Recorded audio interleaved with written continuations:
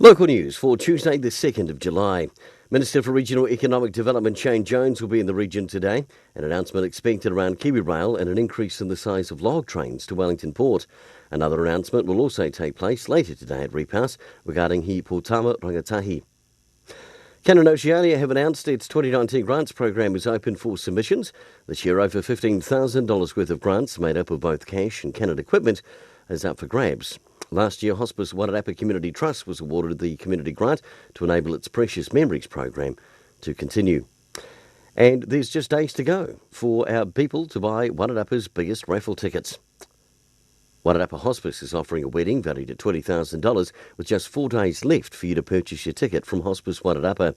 The raffle is drawn this Saturday.